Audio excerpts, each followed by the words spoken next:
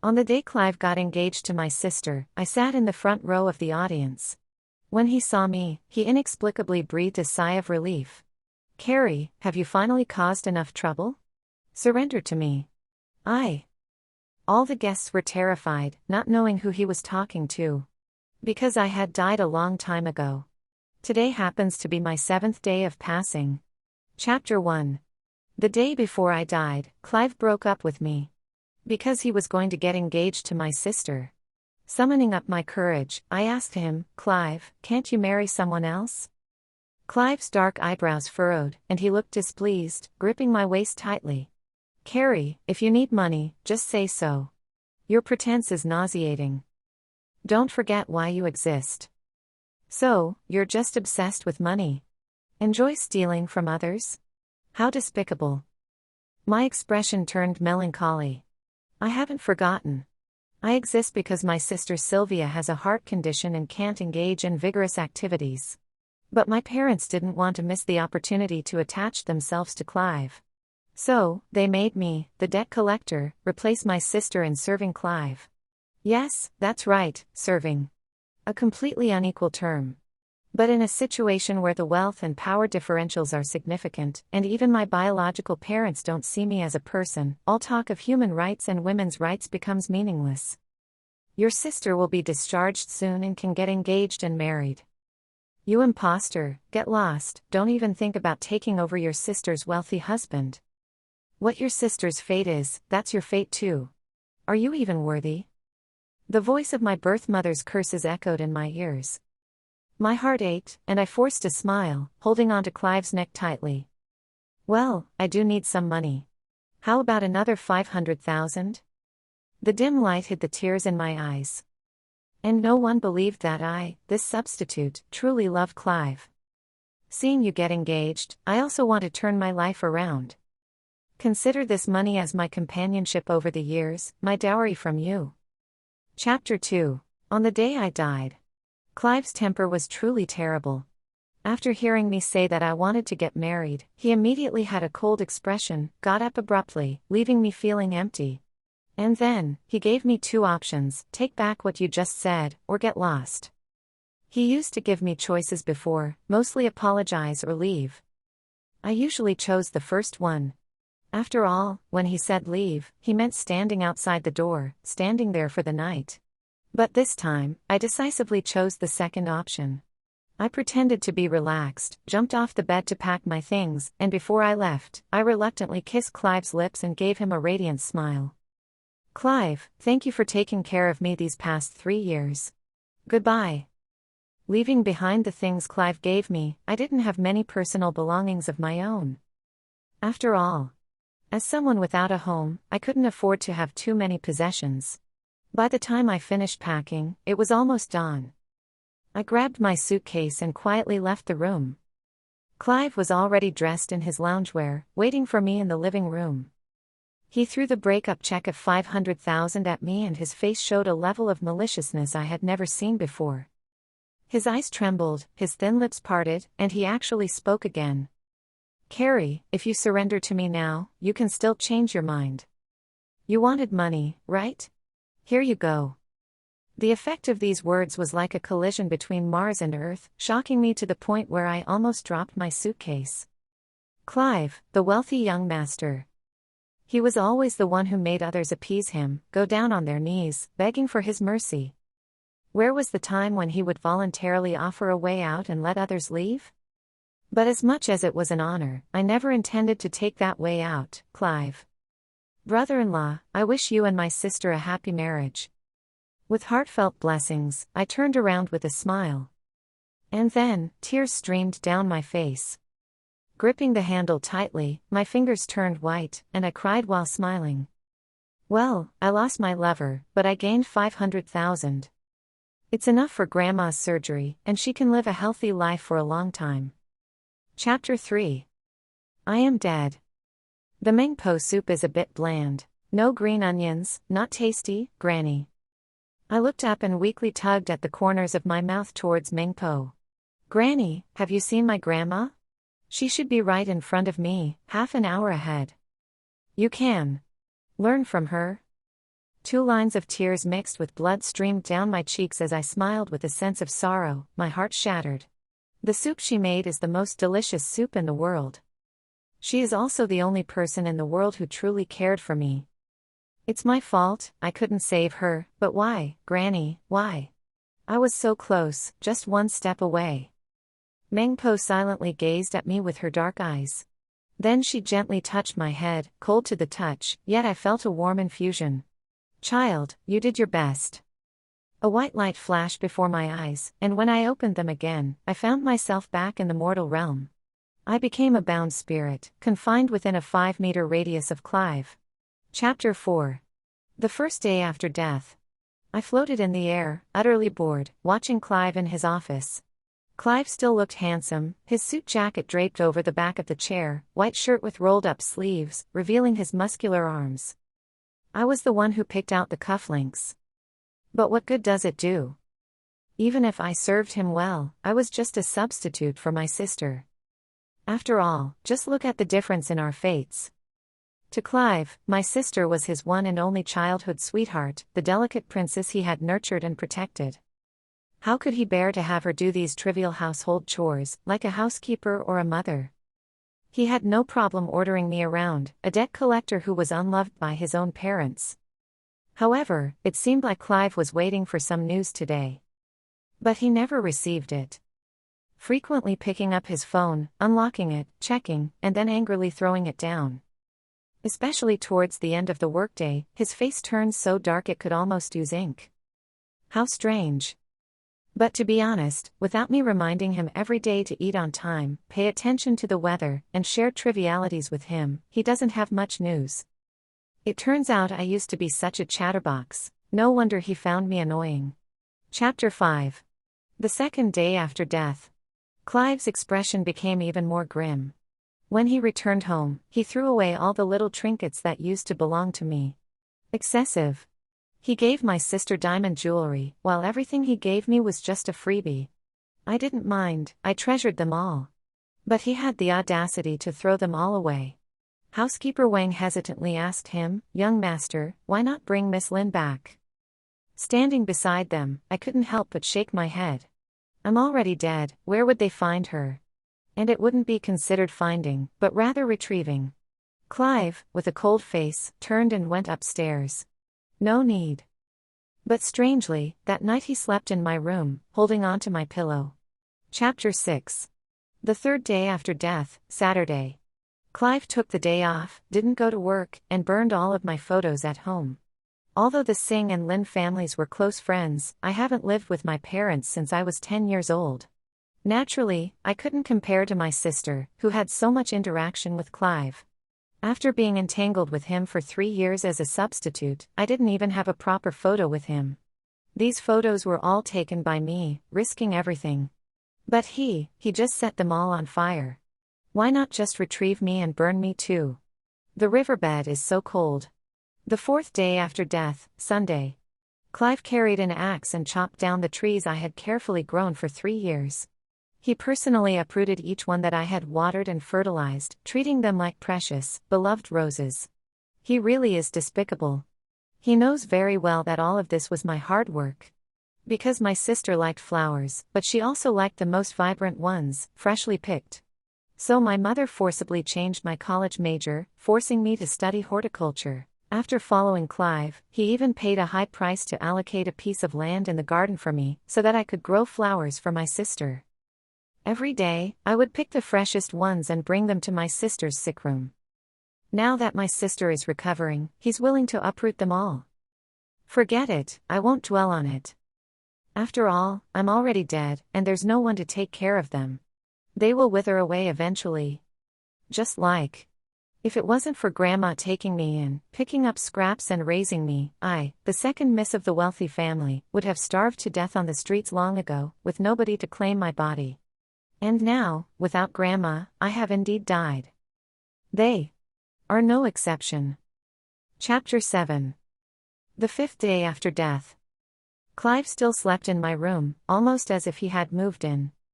My parents and sister came, discussing the engagement process with Clive in a cheerful manner. Although most of the discussion was done by themselves. Clive listened attentively, his gaze calm. After a while, he suddenly spoke out of the blue. "Why isn't Carrie here?" My parents and sister were momentarily stunned. Then my mother forced a laugh and casually said, "That girl has always been wild, we can't control her. Who knows where she's off fooling around, never at home." I listened on the side, pursing my lips.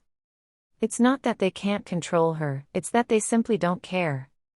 When my mother gave birth to me and my sister, she had a difficult delivery and almost died on the operating table. As a result, my sister was born with a heart condition, while I was perfectly healthy. They say that twins often become enemies, one coming to repay a debt, the other coming to collect it. In this situation, it's quite obvious that I am the one who has come to collect. My biological grandparents were already displeased with my mother, and as an excuse, they saw every opportunity to criticize her for being useless and only bringing financial losses. My mother attributed all of this to me. She believed that I had taken away my sister's nutrition in the womb, causing her suffering from birth, and causing her to be mistreated by our grandparents. So everything I have should be given up for the sake of my sister. So while my sister suffered in the hospital, I wasn't even worthy of returning home. They have no idea where I live, let alone where I am now. Clive simply responded with an "oh" and didn't say anything further. A hint of envy flashed in my sister's eyes, and then she leaned closer to Clive, resting on his shoulder. "Clive, Carrie must be mad at me. It's all my fault for being weak and causing trouble for Carrie. If it weren't for me, she could have been happier. If Carrie also likes you so much, I'll give you up for her." My sister's words didn't sit well, and my mother became even more angry. She quickly grabbed her other hand and gently patted it. "Sylvia, don't think nonsense. You're the luckiest one. That wide-eyed wolf, Carrie, who wasn't even close to you in the womb, why would she have a say in your marriage?" As she spoke, the pain in my mother's eyes was almost overwhelming, as she hugged my sister tightly. She gently patted her back to comfort her. "If she doesn't come, then she doesn't come. It's better without her causing trouble." My sister nestled in my mother's embrace, softly sobbing. "But we're still sisters who came from the same womb. When we get married, I still hope to receive her blessings." As she spoke, her gaze carried a sense of inquiry, sneakily glancing at Clive. But Clive kept his gaze down, staring at his phone, lost in his own thoughts.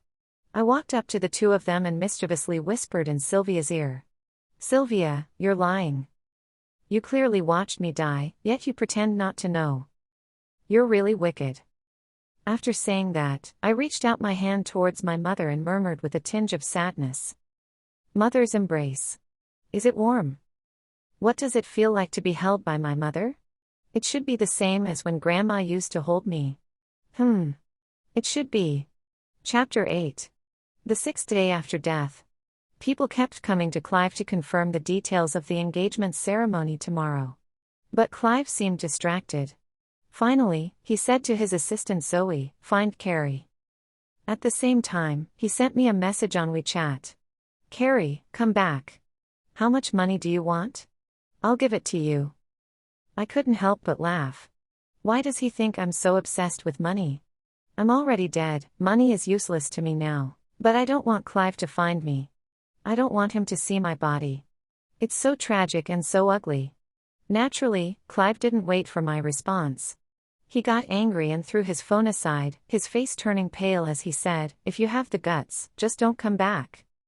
It's the first time I've seen him act so childish. I couldn't help but feel a mix of amusement and frustration.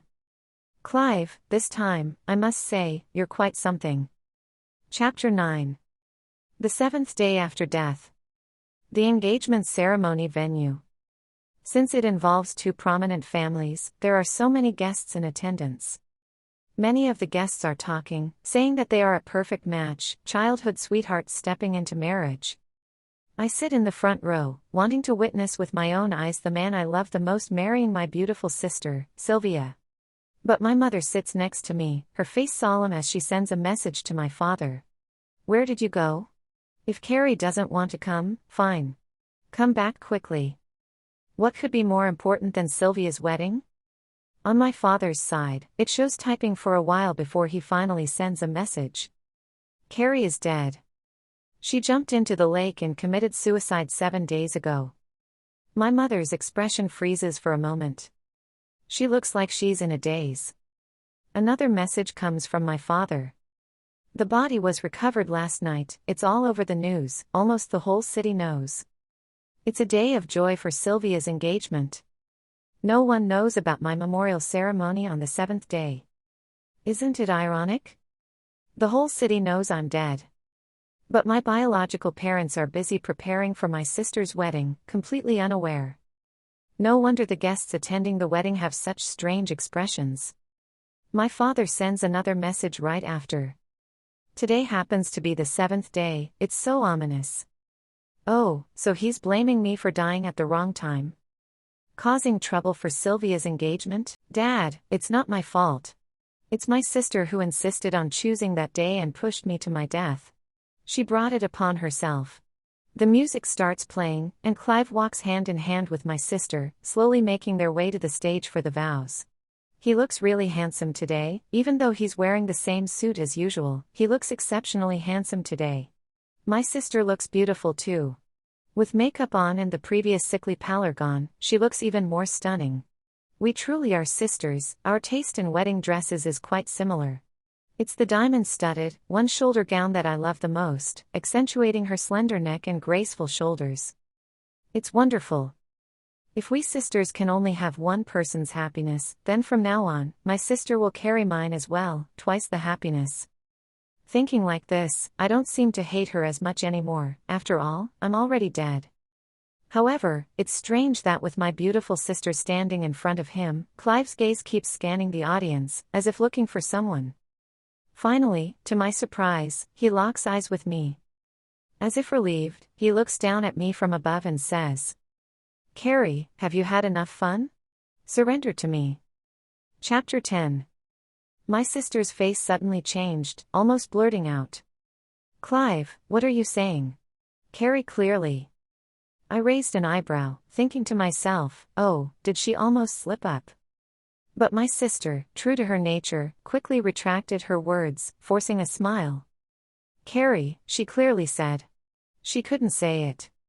My mother sitting next to me wasn't as composed, she looked at my position with a terrified expression on her pale face. "Ah, Clive, what nonsense are you talking about? Who is this? There's no one here." My mother was in a state of panic. Clive froze, pointing directly at me, his gaze sweeping across the many guests. "She's right here, can't you see her?" Both my sister and mother's faces changed. The guests were in an uproar. Some of the more timid ones were already running out. After all, it's the 7th day, and superstition is hard to ignore. My sister approached, grabbing Clive's arm with one hand and covering her heart with the other, biting her lip. The vulnerability and charm that showed through her eyes made me want to embrace her. "Clive, stop messing around. Carrie said she couldn't come. It's chaotic now, I'm scared, my heart feels uneasy. We're still in the middle of the ceremony, let's not ruin it because of this small matter." But Clive ignored them, shaking off her hand, his face darkening. He took big strides and stood in front of me, furrowing his brow. "Carrie, what are you playing at again?" I was somewhat shocked. It's the first time I've seen my sister use her heart condition as an excuse, and it couldn't stop Clive. Before, whenever she said her heart was hurting, even at 3 in the morning, Clive would leave me and go to the hospital to accompany her. There was even one time when I had acute appendicitis at 3 in the morning, Clive was driving me to the hospital, but because of something my sister said, he could just make me get off the car and take a taxi on my own, not caring about my life or death. Thinking about it, I tilted my head and looked at Clive, giving him a faint smile. As a ghost bound to this place, what can I really do? Clive saw me silent, his patience nearly exhausted. I don't know what he's so anxious about. "Carrie. Speak." Now even more guests fled in panic. Even my mother took several steps towards the exit. My sister, however, didn't move, her face pale, her fist clenched tightly, staring fixedly in my direction. But through the focus of her gaze, I can be sure, she can't see me. Among the crowd running out, Zoe, the only one going against the flow, stood out. He made his way through the crowd, walked up to Clive with a serious expression, paused for a moment, and took a breath. "Clive, Carrie has been found. She jumped into the lake 7 days ago, her body is now at the hospital."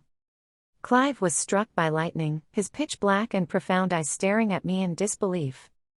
I tilted my head, gave him a sorrowful smile, and said, "I didn't deceive you, I really died." Chapter 11. Clive being able to see me, not only exceeded my imagination but clearly exceeded his as well. Even if news of my death, my body lying before him, he couldn't believe it. Trembling, he reached out his hand, wanting to touch my face. I didn't move, allowing him to reach out, and then his fingers passed right through my soul, grasping at emptiness. The impact of this piercing through my body was more powerful than any corpse. In that brief moment, the emotions in Clive's eyes began to shatter. They fractured into an incredulous tremor. He continued reaching out, wanting to touch me, hold me, make contact, but it was all in vain. To my sister, my mother, and all the onlookers, he seemed completely insane. Clive shook his head, persistently reaching out his hand. "Impossible, impossible. Clive, I am dead." I stood there quietly, with little fluctuation in my emotions, just feeling perplexed. Wasn't it said that he didn't love me? That he only saw me as a replacement for my sister's bed? Hasn't he bullied me all these years for the sake of my sister? Now, with this act, I almost believed that he truly loved me. Besides my grandmother, who else could possibly love Carrie? The day we broke up, I died. I died at the bottom of the river not far from the hospital. The water at night was so cold, really cold. As I said this, I paused, tilted my head, and revealed a pleading smile. My grandmother's body is still at the hospital, I don't know how they handled it. At least, after taking care of you for 3 years, could you bury us together? I'm afraid my grandmother won't be able to find me in the afterlife. Clive's hand hanging by his side began to tremble violently. He stared at me, his eyes gradually turning red, and then suddenly let out a loud roar, fiercely kicking the seat beside me. The row of chairs didn't budge at all, but it produced a deafening sound that made everyone shudder. "Stop fucking pretending. Stop fucking pretending, Carrie. Get the hell out. Stop playing. There has to be a limit to this madness, Carrie. Come out." TSK. He still had such a terrible temper. Always yelling at me for no reason. Can he only see me but not hear me speak? Does he think I'm some kind of hologram? Should I turn into a mushroom for him to see? Clive, please calm down." Zoe, the assistant, always taking charge. Before Clive's rage escalated further, she stepped forward and grabbed hold of his arm. "Clive, listen to me, Carrie's body is indeed in the hospital morgue, confirmed dead for 7 days. Upon hearing this, my mother and sister hurried forward, their mouths opening as if they wanted to say something, but Zoe stopped them with her gaze. Then Zoe looked earnestly at Clive. "Or, let's go and claim the body first. And then decide what to do next." As she spoke, Zoe's words were rapid, afraid that if she spoke too slowly, Clive would explode. After finishing her sentence, she immediately let go of Clive and took a few steps back. I watched all of this, feeling both amazed and impressed. Truly, Zoe, the special assistant, had a way with persuasion. Perhaps due to being a ghost, my reactions and senses had become dull, but now facing Clive, I was calm. He's right, brother-in-law. Today is my 7th day after death. If you can see me, it's probably some kind of metaphysical occurrence. It's possible that tomorrow, you won't be able to see me anymore. Why not do me a favor and collect my body? After all, you've been quite cruel to me these past 3 years. Of course, you can refuse. After all, I can't do anything to you." Clive stared deeply at me, his chest heaving, the veins on his neck bulging. Just when I thought he was going to hit someone, he uttered only one word. "Let's go." Chapter 12. To see your own body, it's truly a strange feeling. So strange that I feel like face-bombing. It's ugly. The body soaked in the river for 7 days, it's truly ugly. Pale and swollen, even the shoes my grandmother bought for me are torn. My mother, as if she finally remembered that I was her biological daughter, stared blankly at my body as soon as she entered. When she received the message that I had died on WeChat before, she was just shocked. But now that she sees it with her own eyes, there's a hint of unfamiliar sadness in her gaze. How did this happen? Suicide. In the morgue, there are two police officers, a man and a woman. The female officer is the one speaking, her face cold as she hands over a document, looking somewhat displeased. Her eyes sweep over my sister in a wedding dress, my mother in a festive cheongsam, and my father in a suit. With a mocking tone and a fake smile, she sarcastically remarks, "Your younger sister goes missing for 7 days, and you haven't delayed the wedding, huh? I must say, you could have waited until after the wedding, after returning home, after having children, and until the children could pay respects at the grave before mourning. The effect would be the same." My mother chokes for a moment, her expression instantly awkward, on the verge of tears, somewhat comical. My sister pulls my mother back, giving an apologetic smile to the female officer, speaking in a gentle tone. "Sorry, my mother is just overwhelmed with grief and hasn't fully processed it." The female officer's mocking gaze sizes up my sister's wedding dress and responds with a simple "oh." Silently, I give a thumbs up to the female officer. Clive, who enters last, glances at my body for a moment and then his face turns cold. He turns around to stare at my soul, his voice indifferent and stubborn. "She's not Carrie. Carrie is right in front of me." But I don't respond, tilting my head and shifting my gaze downward, looking at his hands. If Clive hadn't trembled so much when he said those words, I might have believed his not. He clearly recognized me. But he doesn't want to believe it. After speaking, Clive takes a step forward, as if wanting to grab my arm, but halfway through, he recoils in fear. Stiffly and firmly, he says, "Carrie, come home with me." The two police officers and my father all look at him as if he's crazy. My sister has already recovered from her initial shock and gently explains to the two officers she's experiencing hallucinations due to the immense shock. The male officer glances at the groom's suit on Clive, understandingly saying, "Ah. Your brother-in-law and your sister-in-law seem to have a good relationship." But the female officer just coldly clicks her tongue. I raise an eyebrow at this beautiful-faced female officer. Oh, she's a sister with a story. She really understands the dynamics between sisters-in-law and brothers-in-law. If it weren't for my death, I would have chatted with her about how I became a substitute in bed, with no human rights at all. Clive ignores the other sounds, stubbornly repeating, "Carrie, come home with me." I smile. I have no home. Carrie never had a home. A home should be a place where you never have to worry about being driven away. How can a place where you're casually kicked out be called a home? Clive, have you forgotten? Every time you came back from the hospital after visiting my sister, seeing her suffering, you would get angry and kick me out of the house, making me sleep on the bench in the yard. For 3 years, whenever my sister was upset, I would be kicked out of the house. No matter the time, the weather, whether I was dressed warmly or lightly. And I had to be at her beck and call, no matter the task. If my sister wanted to eat crab in the middle of the night, I had to immediately prepare it, personally crack it open, and deliver it to her. If I were even a minute late, I would have to wait outside the hospital room for an hour, watching as she threw away the small amount of crab meat I had painstakingly peeled. Because my sister, she couldn't tolerate any cold foods. How can that be called a home? Clive must have remembered. So, he froze, his expression becoming complex and serious. But in the end, still with a cold voice, he stubbornly says, "She's not Carrie, we can't claim the body." Chapter 13. The policewoman took a deep breath but couldn't hold back her expression. Lowering her voice, she angrily slammed the documents on the desk. The papers scattered, many of them falling to the floor. "People are dead. Can't we let her rest in peace? Carrie suffered so much in her life, can't she find peace in death? How much do you hate her?" Hate. That word isn't really accurate. Clive doesn't hate me, he just dislikes me, looks down on me. Actually, Clive and I used to play together before we turned 10. He was really nice to me back then. He was a gentle and caring older brother, always playing with me after he finished playing with my sister. But that year happened to be the peak of my sister's illness. She would cry as soon as she saw me, crying that I had taken away her health.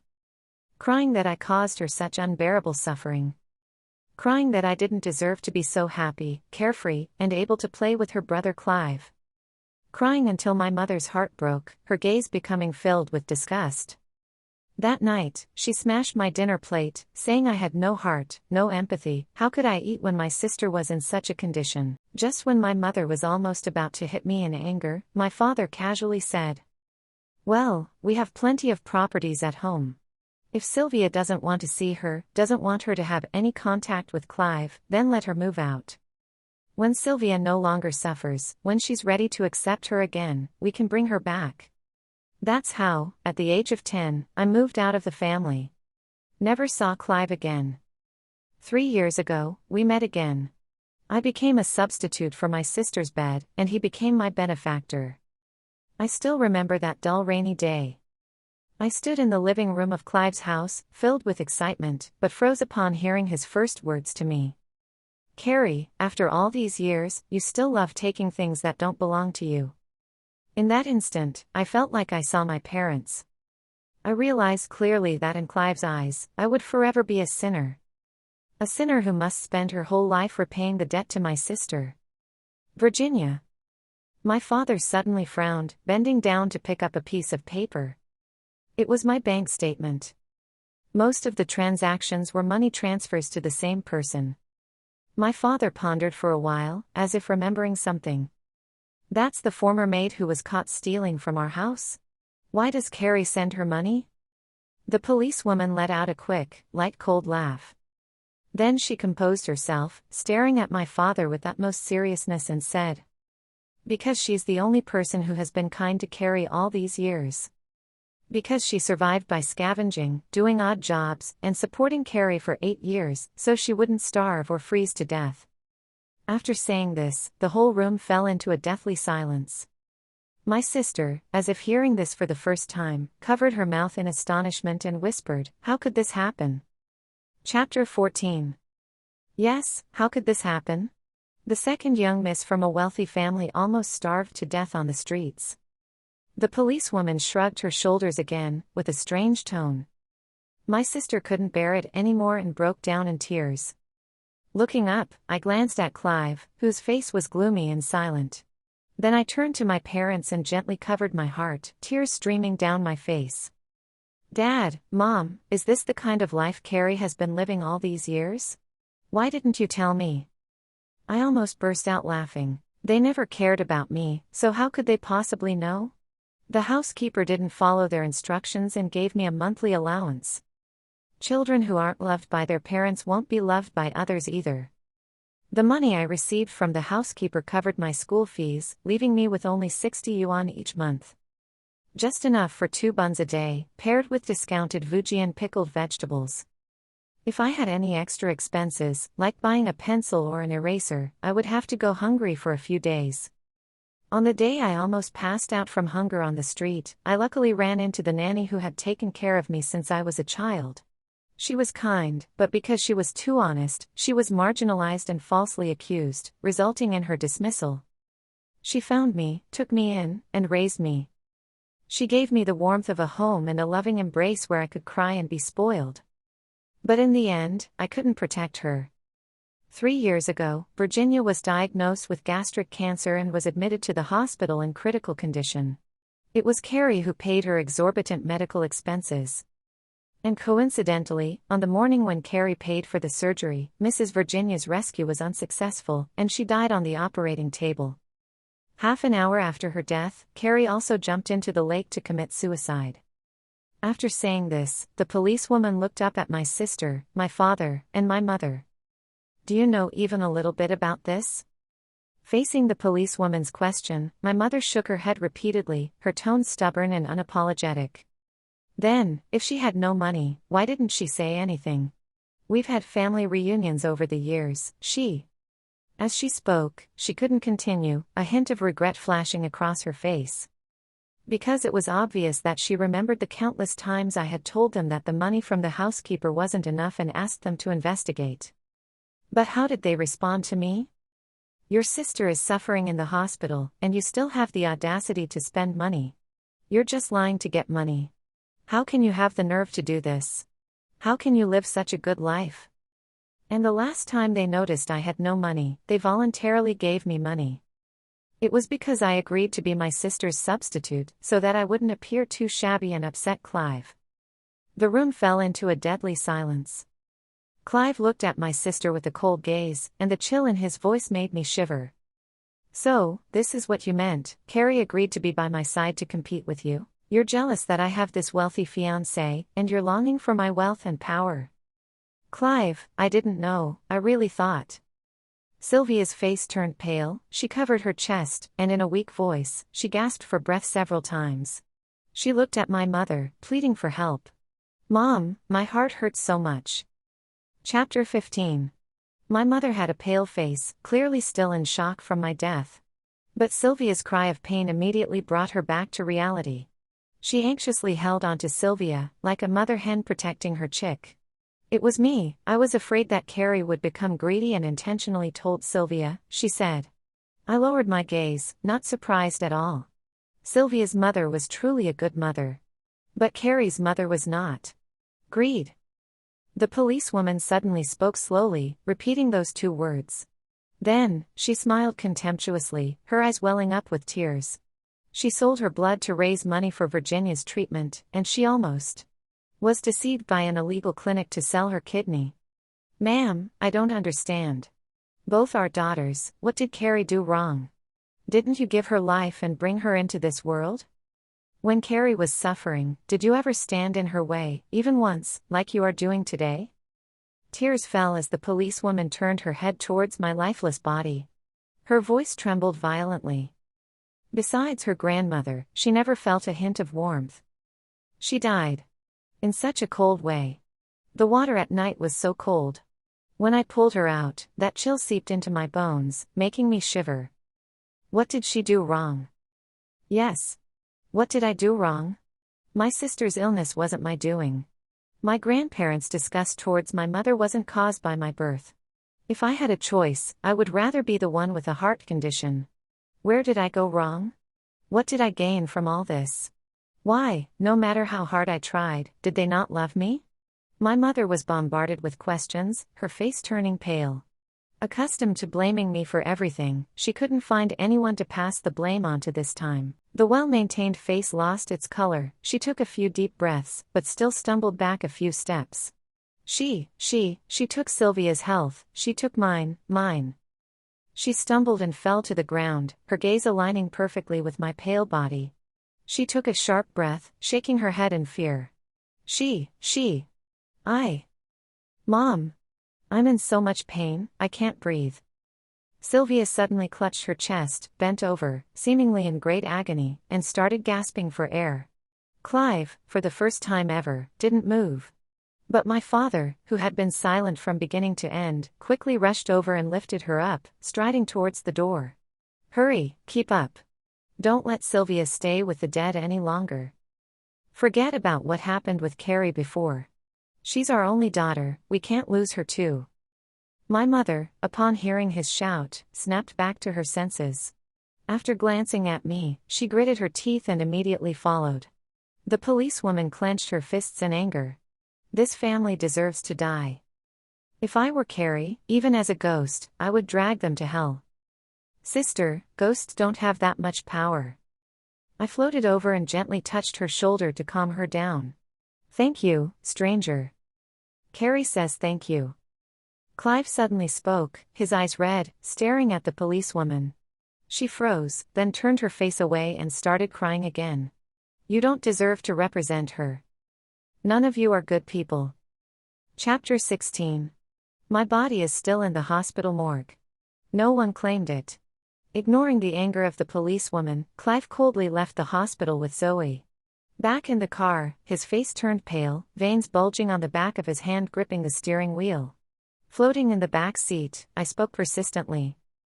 Clive, after the 7-day mourning period, I might really disappear. Please help me find a place to rest with Grandma. Shut up. Clive suddenly shouted, making Zoe and me tremble. Zoe cautiously asked, Clive. Clive coldly interrupted with, Get out. Zoe immediately understood, opened the car door, and prepared to get out.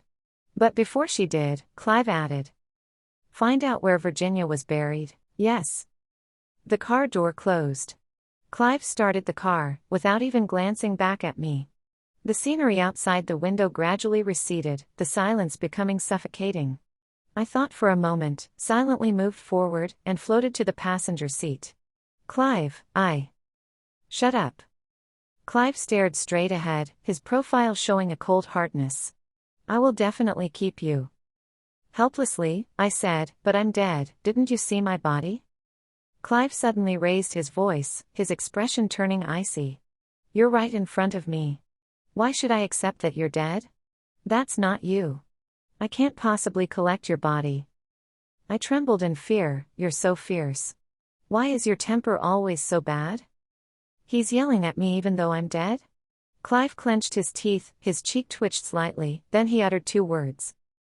I'll change. I was stunned. Clive continued, I'll change anything you don't like, as long as you stay. His tone suddenly softened, with a gentle plea. Carrie, tell me, how can I bring you back? I furrowed my brow slightly, not understanding. Why save me? I committed suicide, after all.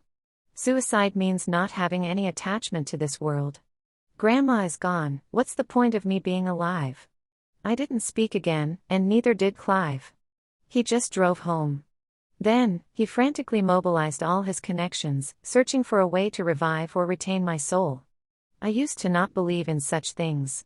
But given my current situation, I can't help but believe.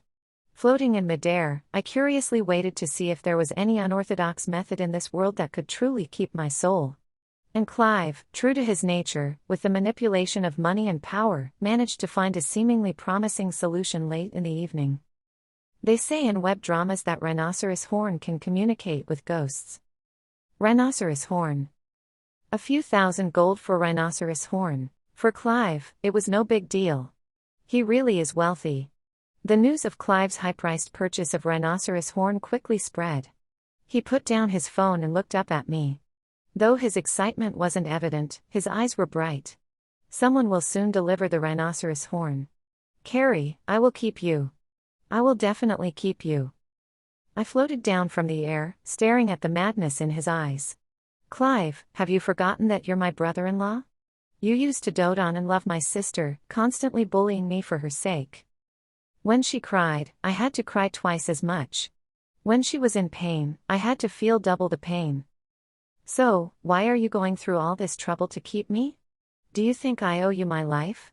Do you want me to come back and continue repenting? She was the apple of your eye, and I'm just a weed, right? Chapter 17. Clive paused for a moment, his lips twitched, and he lowered his gaze, avoiding eye contact with me. After a while, he uttered a sentence, his voice soft.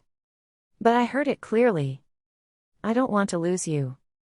It wasn't the answer I expected. But fortunately, it wasn't. These days, as I floated around him, looking back at his actions, it seemed like he had fallen in love with me. Clive, do you know why I like you? I suddenly spoke, changing the topic. Clive trembled all over, his expression frozen. The first candy I ever had was given by you, and I still remember the taste. I never knew something in this world could be so sweet. I am really starved for love, and I really want someone to love me. As long as I receive a little bit of warmth, I will do everything in my power to get closer. So, when I agreed to accompany you for my parents, it wasn't just for the money. It was also for my own romantic fantasies. These 3 years of dealing with him, while it saved Grandma, it also allowed me to indulge in my own love fantasies, accepting the fact that I fell in love with Clive. But no matter how much I love, there are boundaries. I never thought about ending up with Clive in the end. I just wanted the deal to be over, save Grandma, and then decisively distance myself. When Clive was in love with my sister, he was able to accept such an absurd act of using me as a substitute. He not only insulted me, but also the word love. What I couldn't accept even more was that my whole family silently accepted this arrangement. They didn't even see anything wrong with it. So when we broke up that day, I said, "Don't marry Sylvia, instead of don't marry her, marry me." Because that was my final advice to him, nothing more. My sister, she may have a weak heart, but she's cunning. Not the ideal candidate for a good wife. But Clive responded with the words cheap or not to me. He responded to me with 3 years of disrespect and bullying. So, Clive, please don't say you love me. It's too disgusting. Clive's expression suddenly stiffened. His thin lips trembled, about to speak, but then his phone rang. The ringtone was urgent, like a crack in the thick sadness that filled the room, and I breathed a sigh of relief. Clive wiped his face, picked up the phone, and answered it. It was Zoe. "Clive, someone delivered a 2-pound rhinoceros horn. I've already paid the money. And we've found Virginia's burial site. Do you think we should?" Clive's fingers tightened, his knuckles turning white from exertion.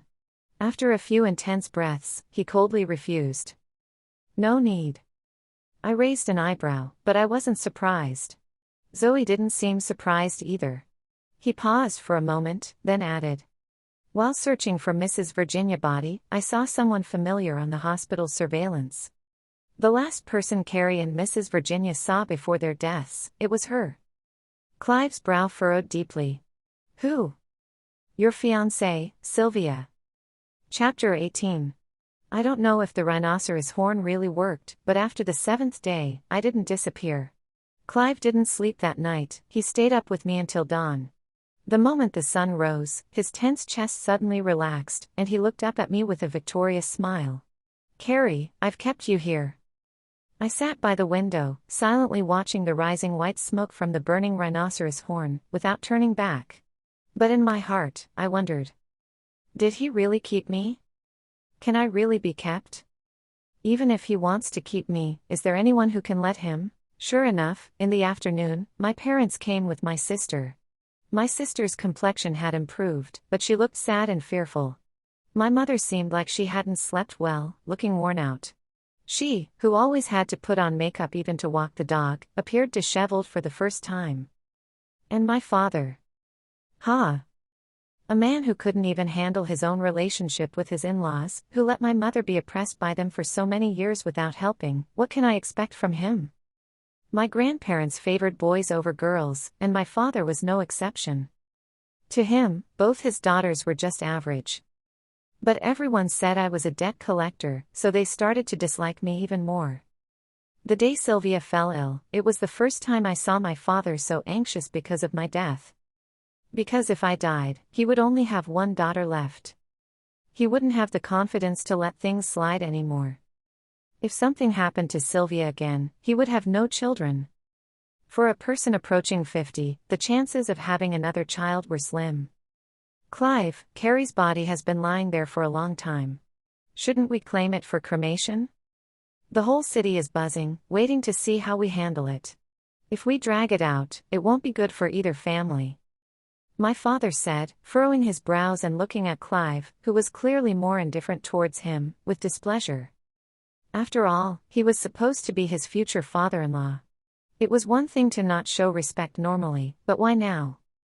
"Carrie will live, no cremation allowed," Clive said coldly, looking up at the 3 people in front of him. The depth in his eyes stunned all 3 of them. Sylvia relaxed her expression, forcing a gentle smile as she walked up and tugged at Clive's sleeve. "Clive, I was dangerously ill yesterday. You didn't come to see me. Was it because of Carrie's matter that you were angry? I am also deeply saddened by what happened to Carrie. I have no idea how my parents could. She knows." I spoke slowly. The day I died, she was on the riverbank, watching as I tied stones to my feet and jumped. No, more accurately, she forced me to jump. I stared firmly at Sylvia, unaware that my mother suddenly looked in my direction, her eyes gradually filled with fear.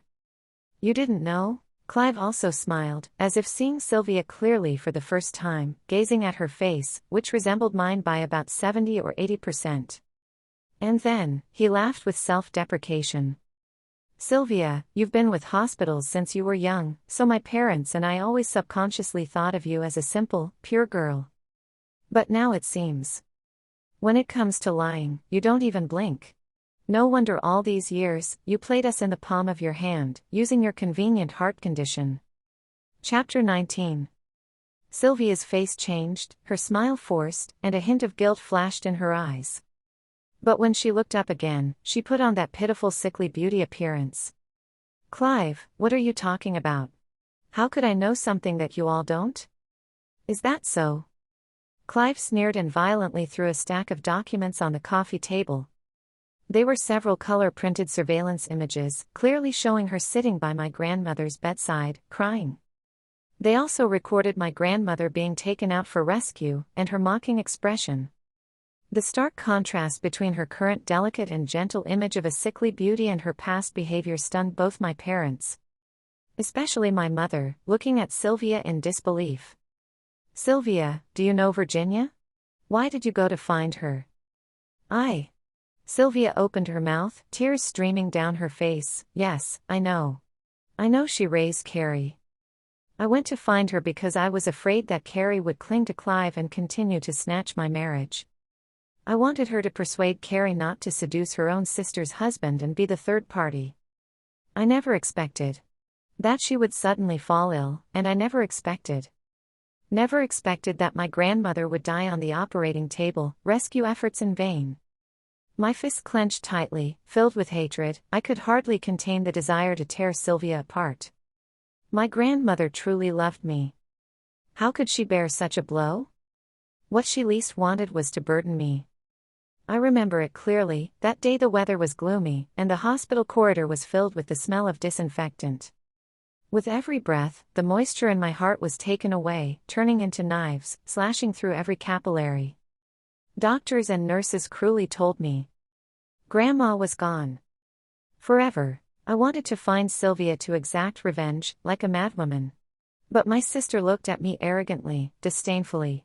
She said to me, Carrie, what right do you have to make me pay with my life? You still owe me this life. As long as my heart condition exists, Mom will always pity me, resent you. So what if Clive is addicted to you? With me around, you will always be the third party. Actually, on that day 10 years ago, I deliberately cried like that because I saw you playing with Clive in the garden. He gave you candy and smiled at you. He has never smiled at me, he always just said, I hope you get better soon. Why? Why can you, Carrie, but not me? So, she used her advantage and with a few casual words, made our parents drive me out of the house. Made me disappear from Clive's world. Carrie, as long as I'm here, there will be no one in this world who will truly love you. Yes. Grandma is gone. How can anyone truly love me anymore? Carrie, you're really pitiful, to be so desperate for an old woman who has no blood relation to you. Instead of thinking about dying together with me, you'd better hurry up and die, so she doesn't have to walk the road to the underworld alone. Chapter 20. In the surveillance video, Sylvia's every word and sentence are clearly replayed. My mother covered her mouth, tears streaming down, unable to believe that these words came out of her beloved daughter's mouth. You drove Carrie to death? Sylvia, she's your sister, no matter how much you hate her, letting her go is one thing, but how could you? What kind of words are these? My mother thinks that no matter how much trouble there is, as long as she keeps me alive, it doesn't erase the bond of family. Does that make her a good mother? She would rather acknowledge that Virginia as a relative than consider you her mother anymore. Mom, please wake up. Seeing this, Sylvia stopped pretending and her eyes were filled with clear hatred towards me, looking at my mother. Her face, distorted by anger and resentment, was truly ugly. Mom, you're just like me, both pitiful souls burdened by Carrie. It's good that she's dead, the world would be peaceful without her. Carrie even thanked me for waking her up to die. Sylvia's words were indeed correct. Her words truly woke me up from the depths of despair. I no longer cared about giving my grandmother a proper burial. When a person is dead, does it really matter where the body is? I just wanted to hurry and accompany my grandmother. She loved me the most. I couldn't let her walk the road to the afterlife alone. So, I rushed out of the hospital and without hesitation, jumped into the river. And Sylvia, always following behind me, watched as I sank without any trace of emotion. Sylvia's words left my mother speechless. The blood drained from her face, as if she finally realized how excessive she had been towards me before. Sylvia, you've won, maybe that's just how twins are. One is a debtor, the other is repaying the debt. Now it seems that from the moment you had a heart condition, I was destined to be the debtor. I wonder, did I really win when we were in the womb? If I had known that my mother would be like this, I would have gladly given you my life so that you could live for the both of us. Facing Sylvia, I sighed softly after saying these words, suddenly feeling a bit weary. I didn't want to listen to this farce anymore. I just wanted to go upstairs and hide for a while. No. Carrie, don't go. A heart-wrenching scream echoed from behind me. I was startled and turned around to see my mother, who seemed to have gone mad, staring at me intently. Her eye sockets were red, filled with exhausted blood vessels. My heart skipped a beat. No way, she. In my confusion, my mother rushed towards me, tears flowing uncontrollably. But after years of indifference, she couldn't really say anything remorseful. Carrie, is it really you? Carrie. Please, please don't go. Your sister didn't intentionally drive you to this. Forgive her, forgive. At this moment, she was still speaking up for Sylvia. I lowered my head numbly, staring at the leather shoes my grandmother bought for me on my feet, and smiled helplessly. Actually, I've always been hoping that one day you could hug me. But you see, we really don't have a mother-daughter bond, do we? Now, I can't even be hugged. Carrie's mother is not a good mother, so she doesn't want a mother anymore. Hope that in the next life, we won't meet again. My mother trembled, reaching out her hand to embrace me, but how could she actually hold me? Clive suddenly stood up, grabbing my mother's arm tightly. You can see her too, right? My mother had a panicked expression, nodding desperately. Yes, I can see her. Clive, do you have a solution? Can you save her, she? Chapter 21.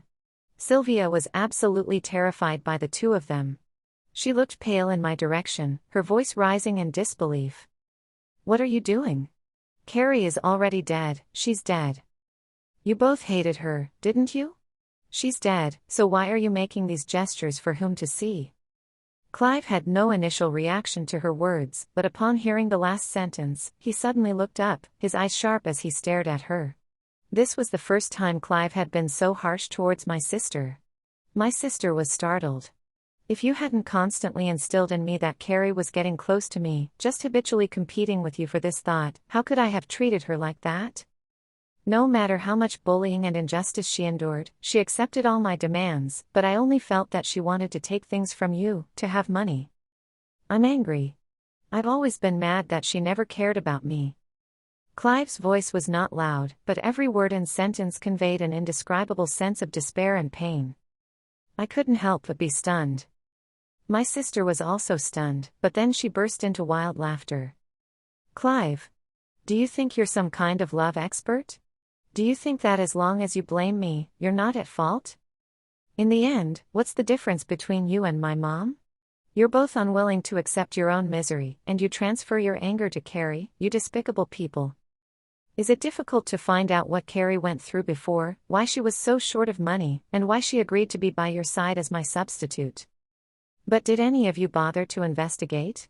She explained so many times, tried so many times to find an opportunity to talk to you. Did you believe her? You didn't. Because all of you are the same, only willing to believe the Carrie in your hearts, a debt collector who knew how to steal from the womb, morally corrupt and beyond redemption. Sylvia had always been gentle and fragile. Never did I imagine that one day she would be gripping her neck veins and shouting like this. My mom trembled all over, looking up at her. Sylvia. How can you say such things? Carrie is your sister. Sister. You never treated her like a daughter, so why should I treat her like a sister? Sylvia had abandoned her disguise, sneering at my mom. Mom, have you forgotten how you used to call her a debt collector, how she didn't deserve anything? Now, because she's dead, you suddenly awaken your motherly love? My mom's chest heaved. You. for a long time, but she couldn't say a word. Because she was right. All the people in this room were the driving forces that led me to attempt suicide. But none of them were direct culprits.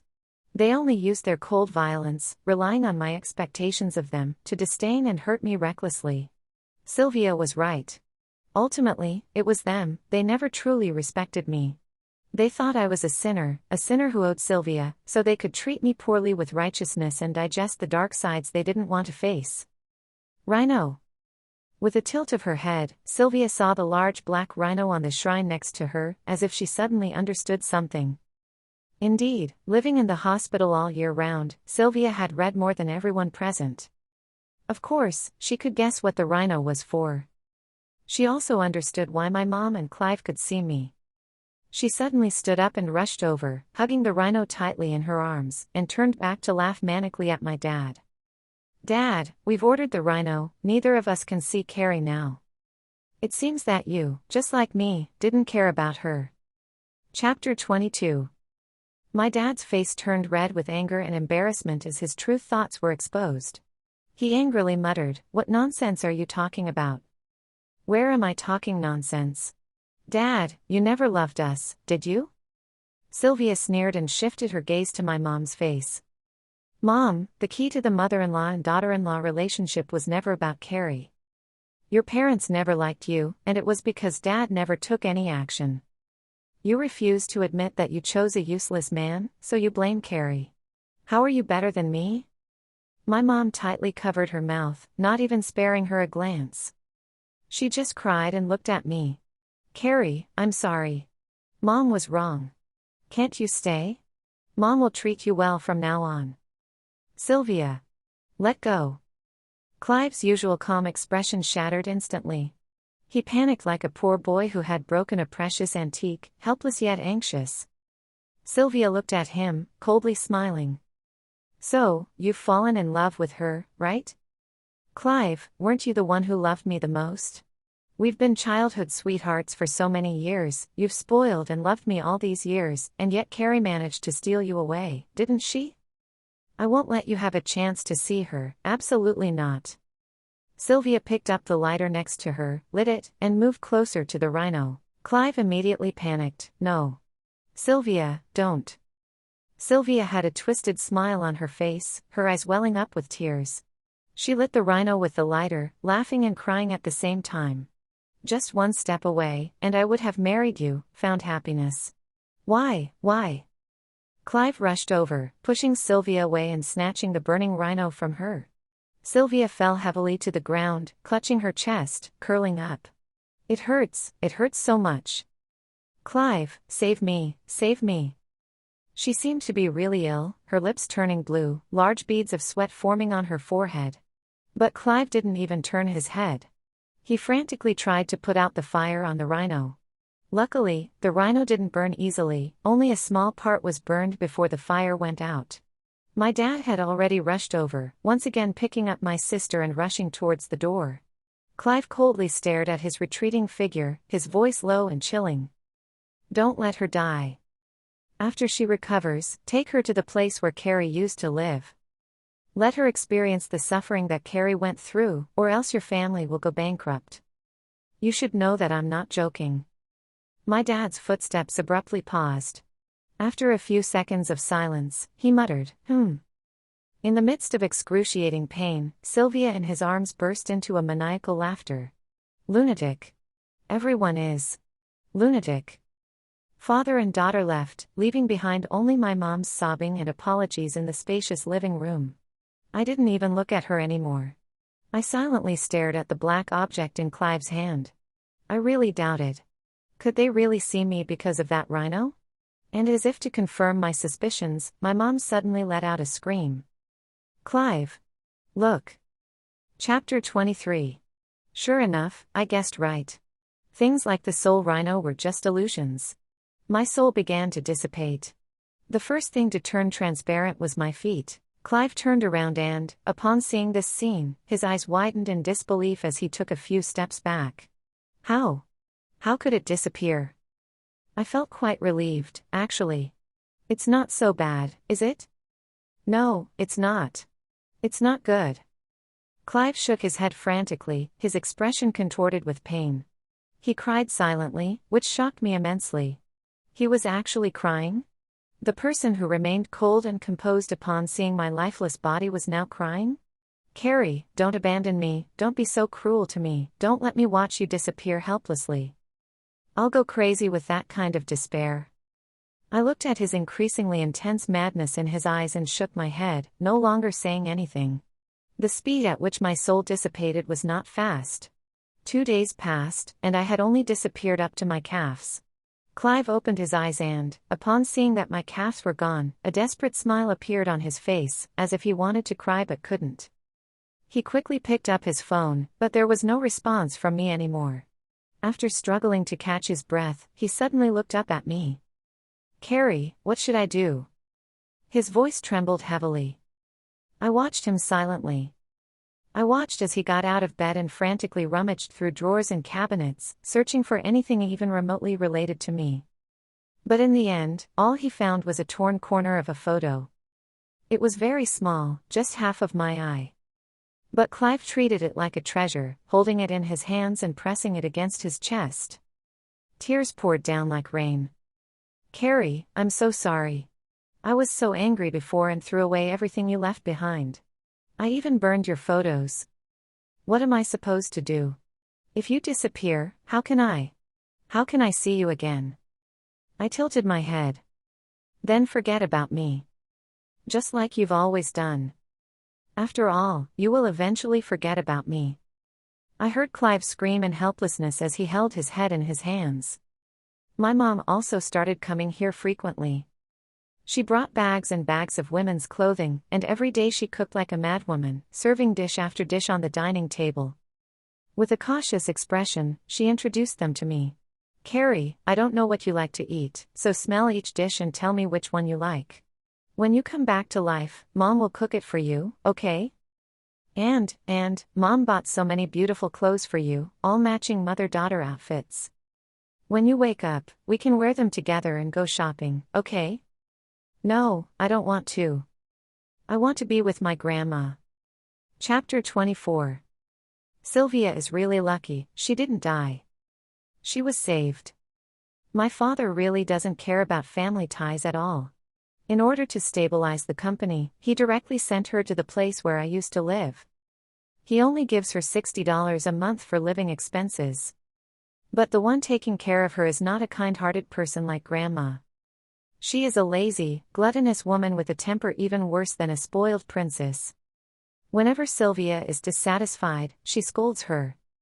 She scolds her in a very harsh manner, specifically targeting Sylvia with words she doesn't want to hear. Calling her a unwanted bastard, calling her a heart-piercing lotus root, saying she deserves her current state. Someone who used to be pampered by parents and loved ones, now completely ignored. How can Sylvia bear it? Taking the opportunity, she came to Clive's doorstep, begging my mother with tearful pleas, asking her to come out and see her. Mom! Aren't you the one who loves me the most? My heart feels so uncomfortable, please come and see me. Mom! Clive! Can you look at me? Don't you care about me the most? Look at me. But my mother turned a deaf ear, only looking at me with a pleasing expression, searching for nearby parks. She asked cautiously, Carrie, you must be bored at home. Do you want to go out with Mom for a walk? I lowered my head and looked at my disappeared arms, truly speechless. Is she not afraid to go to the park with just a head? Carrie, Mom. I've reached an agreement with your father for a divorce. My mother suddenly put down the magazine in her hand, her eyes red as she looked at me. Sylvia was right, I misjudged people and married a man who only cares about profit and lacks affection. It's Mom's fault, Mom is useless, but Carrie, please, have pity on me, let me make it up to you, okay? I paused for a moment, thought for a while, and finally spoke, saying the first sentence I had said in so many days. Well, that's fine. Just live well. My mother trembled all over, and then she began to cry uncontrollably. Carrie, my Carrie, how can I save you, how can I save you? The door upstairs suddenly opened, and after enduring for so long, Clive, with a stubbly face, rushed down. He grabbed the fruit knife on the table and was about to cut his own wrist. I was startled. What are you doing? Clive's face had become thin, like a drug addict, but his eyes were very bright. Someone just said that feeding the soul with blood can share life. I can save you. My mother, upon hearing this, hurriedly extended her wrist. I can do it too. But I calmly refused, but I don't want to. I only have a head left, it's so scary. I even wanted to disappear quickly. This world is not good for me at all. I don't want to live. Just let me have some peace and quiet, don't bother me anymore. You guys can live well without me. I'll go to the underworld first, you live well, live longer, and bother me less. Clive's face was filled with panic, and he pleaded desperately. There were so many tears on his face that I felt like I had seen all the tears he would shed in his lifetime. Carrie, don't disappear. I'm begging you, don't disappear. You have suffered so much, and we haven't treated you well. Please don't disappear. Please, tell me, how can I save you? How can I save you? Extreme despair drove Clive into a state of mad sorrow. He seemed helpless, and he picked up a handful of candy from the fruit bowl on the table, holding it in front of me with both hands. Carrie, I will buy you candy to eat, can you stay? I will make your future life very sweet, very sweet. Please, don't disappear. Chapter 25. His hands were trembling so much. Half of the colorful candy fell from his hands. My soul has already disappeared to my nose. Clive was desperate, slowly kneeling in front of me. Who should I beg to? Who can bring you back to me? My mother was crying so much that she had lost her voice, clutching her heart and falling to the side, crying out my name. Carrie, my Carrie. Carrie, I love. Even my ears were gone. Their desperate cries gradually faded away. My consciousness completely returned to nothingness. Before dissipating, I thought, how wonderful it is. I didn't hear that disgusting word. Chapter 26. I returned to the underworld once again. Mengpo was still sitting in front of her stall, boiling Mengpo soup. When she saw me return, she didn't say a word and served me a bowl of soup. Try it this time, is it delicious? I took a deep breath, and took a sip. Just as I was about to swallow it forcefully with my eyes closed, the familiar taste spread on my tongue. I opened my eyes wide. Grandma's soup, I laughed and cried, Grandma, you learn pretty quickly. Should I go and be reincarnated now? Grandma must have gone far away, I have to run to catch up. A gust of wind suddenly blew, blowing off Mengpo's hood. A familiar and loving face appeared. Grandma. Grandma lovingly touched my head, her voice echoing throughout the underworld. The soup Carrie loves to drink, Grandma will keep making it, always. Chapter 27. After I left, it seems like my mother had some mental issues and wasn't able to successfully divorce my father. Instead, she was taken back by my father and started living with Sylvia. At first, Sylvia seemed quite happy about it. But my mother seemed to be in a daze, unable to recognize people. She would spend her days holding on to the only ugly doll left in the house, calling out Carrie, Carrie. She would cook for it, buy clothes, bathe it, and put makeup on it. She poured almost all her maternal love into this doll. My sister, who was by her side, became what I used to be, experiencing my mother's neglect, insults, and disgust. Sometimes, even in the middle of the night, my mother would sneak into her room with a basin of cold water and pour it over her head to wake her up. Then she would laugh and curse. It's all because of you, you debt collector. You made my Carrie ignore me. Debt collector. Debt collector. There were many similar incidents and behaviors. Under this torment, Sylvia's heart condition started showing signs of relapse. She would feel sick every day, and there was no one to take her to the hospital. She endured my mother's cold violence, hanging on by a thread, shedding tears of remorse every day. Chapter 28. Clive drank alcohol for several days and ended up with a stomach ulcer. If it weren't for Zoe discovering it in time, he would have almost died in my old room. In the hospital room, Clive had a blank expression, staring at Zoe, gripping tightly onto my tattered photo, his voice cracking with pain. I miss Carrie, I want to die, but Carrie said that if I stay alive, I will live. Zoe sighed and took out a photo from her pocket, handing it to Clive. Clive, this is a photo of Carrie that I accidentally took with my phone. Although it's only half of her face, but. Clive took the photo, tears streaming down like a dam breaking. Through teary eyes, he looked up at Zoe and softly said, "Thank you, thank you." After that day, Clive suddenly seemed to come alive again, no longer drowning himself in alcohol. He lived a normal life, worked diligently every day, but whenever he had a moment of leisure, he would gaze at that half of the photo, lost in thought. Eventually, he agreed to cremate our remains and bury us together. The location was chosen carefully, facing the sea, serene and secluded. All around were roses, planted by his own hands, blooming beautifully. On the gravestone, our names were engraved. The grave of Virginia and her precious Carrie. Yes, that's right. Virginia and her precious Carrie will live a good life from now on.